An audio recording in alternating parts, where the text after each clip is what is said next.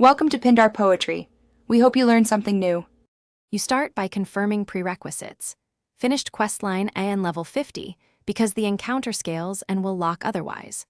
Once done, acquire the Hallow sigil from NPC X or by defeating boss Y.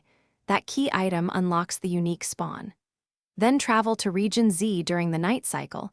This triggers the only spawn timer, so make sure to use a lantern or one torch to avoid failing visibility checks. Move directly to the marked cave entrance and stand at the threshold to begin the scripted event. Next, focus on the precise trigger sequence because timing matters. You need to stand at the cave threshold until the ambient music shifts. This audio cue signals the spawn window.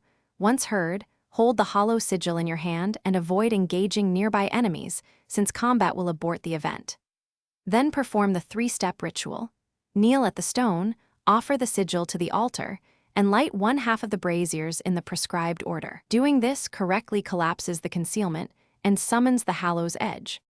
Finally, when the Guardian appears, you must defeat it promptly.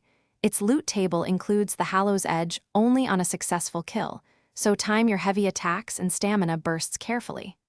After victory, loot the corpse immediately because delaying or opening menus can bug the drop.